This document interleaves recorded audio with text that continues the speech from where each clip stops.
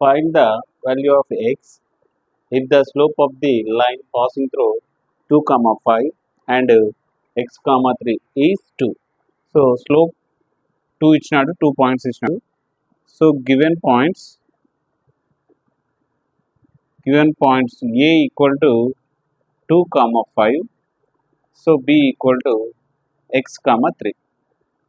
Now M equal to their given slope 2, but already we know slope of 2 points y2 minus y1 by x2 minus x1. So 2 equal to x1 y1 x2 y2. y2 means 3 minus y1 5 by x2 means x minus x1 is 2. So 2 equal to 3 minus 5 by x minus 2. Now 2 equal to 3 minus 5 minus 2 by x minus 2. So cross multiply cheyandi.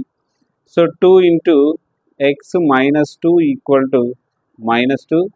2 into x 2x minus 2 to the 4 equal to minus 2.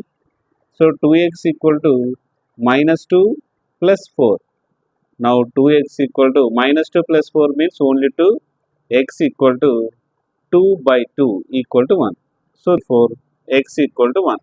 So very most important problem, x equal to 1.